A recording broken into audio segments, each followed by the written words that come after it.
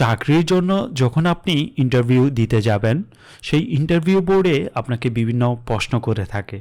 সেই প্রশ্নগুলির উত্তর কিভাবে দিবেন এবং কোন ধরনের প্রশ্ন করতে পারে, তো সেই বিষয়টুকু নিয়ে থাকছে আজকের এই ক্লাসটি। প্রথম দিকে আপনারা এখানে স্ক্রিনে দেখতে পাচ্ছেন ইন্টারভিউ বোর্ডে কথোপকথন। যে শিক্ষকরা বা যে বিচারকরা আপনার কাছ থেকে ইন্টারভিউ নেবেন, তারা একটি কক্ষে থাকবে। যখন আপনাকে সেই কক্ষে ডাকবেন, কক্ষের দরজায় নক দিয়ে মুসলিম সম্প্রদায় হয়ে থাকেন, তাহলে আপনি প্রথম দিকে সালাম দিবেন, আসসালামু আলাইকুম ওয়া রাহমাতুল্লাহ। এর পরবর্তী আপনি বলতে পারেন may I come in sir, এটি বলতে পারেন। আর যদি অন্য ধর্মাবলম্বী হন, যদি আপনি মুসলিম ধর্মাবলম্বী না হয়ে যদি অন্য ধর্মাবলম্বী হন, আপনি আপনার ধর্ম অনুসারে আপনি প্রথম দিকে সালাম প্রদর্শন করবেন।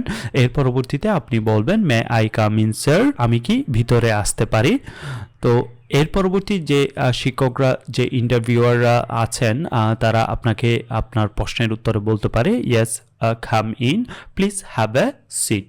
মানে আপনাকে যে বিষয়টুকু বলা হচ্ছে, জি আসুন, আপনাকে ইঙ্গিত দিয়ে দেখিয়ে দিচ্ছে এই চেয়ারে বসুন।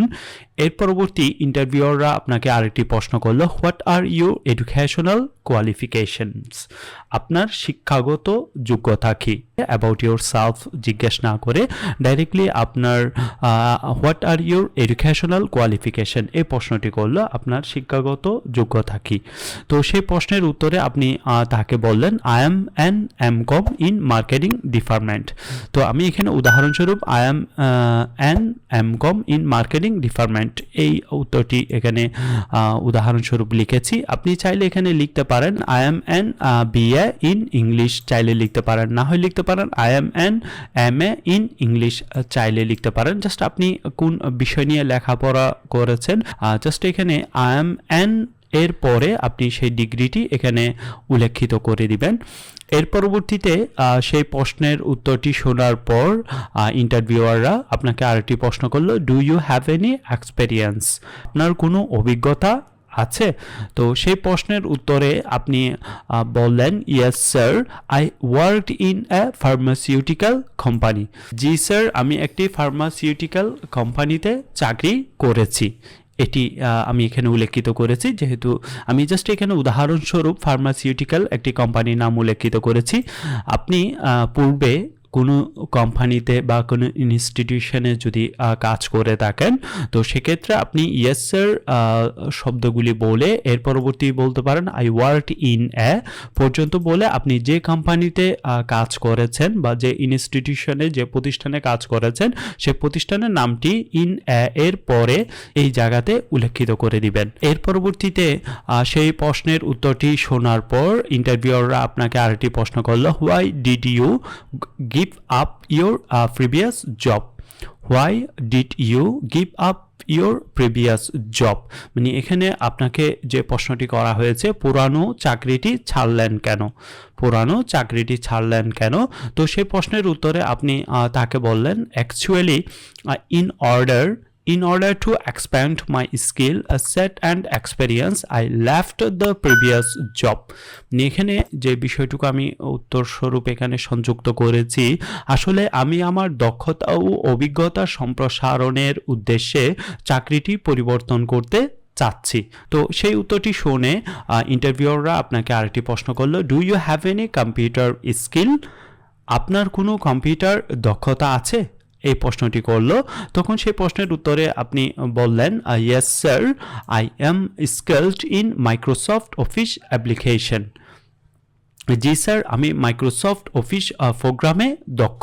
আর যদি আপনি কম্পিউটার অন্যান্য প্রোগ্রাম সম্বন্ধে যদি আপনি দক্ষ হয়ে থাকেন, তো সেক্ষেত্রে আপনি yes sir I am skilled in এর পরে আপনি সেই প্রোগ্রামের নামটি এই জায়গাতে উল্লেখিত করে দিবেন। এর পরবর্তীতে সেই উত্তরটি শোনার পর ইন্টারভিউয়াররা আপনাকে আরেকটি প্রশ্ন করলো, what are your salary expectations, মানে এখানে যে বিষয়টুকু আপনার কাছ থেকে জানতে চাচ্ছে, আপনার প্রত্যাশিত বেতন কত। মানে এই প্রশ্নের মাধ্যমে আপনার কাছ থেকে জানতে চাচ্ছে আপনার প্রত্যাশিত বেতন কত। তো সেই প্রশ্নের উত্তরে আপনি তাকে বলতে পারেন 25,000 টাকা স্যার।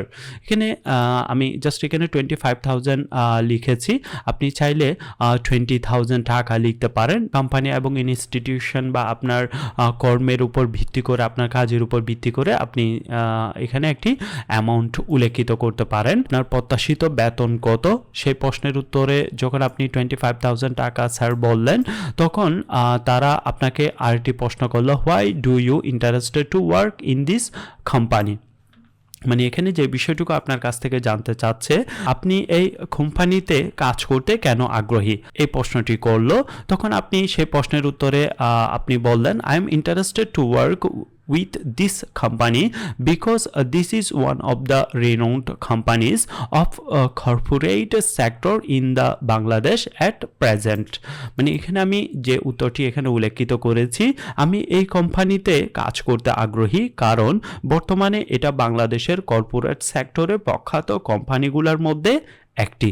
যারা ইন্টারভিউ নিচ্ছে, যে বিচারক বা যে শিক্ষকরা আছেন, তাদেরকে একটু মোটিভেট করলেন এই উত্তরটির মাধ্যমে। তো আপনারা চাইলে এই প্রশ্নের উত্তরে why do you interested to work in this company, এই প্রশ্নের উত্তরে আপনারা চাইলে এই লাইনগুলি বলতে পারেন, I am interested to work with this company because this is one of the renowned companies of corporate sector in the Bangladesh at present. তো আপনার সেই প্রশ্নের উত্তরটি শুনে ইন্টারভিউয়াররা আপনাকে বলল, how do you handle important decision. এখানে যে বিষয়টুকু বলা হয়েছে, গুরুত্বপূর্ণ সিদ্ধান্ত নেওয়ার ক্ষেত্রে আপনি কতটুকু বিচক্ষণ। মানে এখানে আপনাকে এই প্রশ্নটি করা হয়েছে, গুরুত্বপূর্ণ সিদ্ধান্ত নেওয়ার ক্ষেত্রে আপনি কতটা বিচক্ষণ, এই প্রশ্নটি করা হয়েছে। তো সেই প্রশ্নের উত্তরে আপনি বললেন, every time I give value to my commitment and believe in hard work. সব সময় আমি আমার দেওয়া প্রতিশ্রুতির মূল্যায়ন করি এবং কঠোর পরিশ্রমে বিশ্বাস করি। এই উত্তরটি শুনে ইন্টারভিউয়াররা আপনাকে বলল, so thank you for participating this interview, let us think each about yourself and we let you know the summary, wish you have a good day, thank you. তো আপনাকে যে বিষয়টুকু বলা হয়েছে এই লাইনগুলির মাধ্যমে, তাহলে আপনাকে ধন্যবাদ জানাচ্ছি এই ইন্টারভিউতে অংশগ্রহণ করবার জন্য। আপনার সম্পর্কে আমরা চিন্তা ভাবনা করব এবং আপনাকে আমরা আমাদের সিদ্ধান্ত জানিয়ে দিব।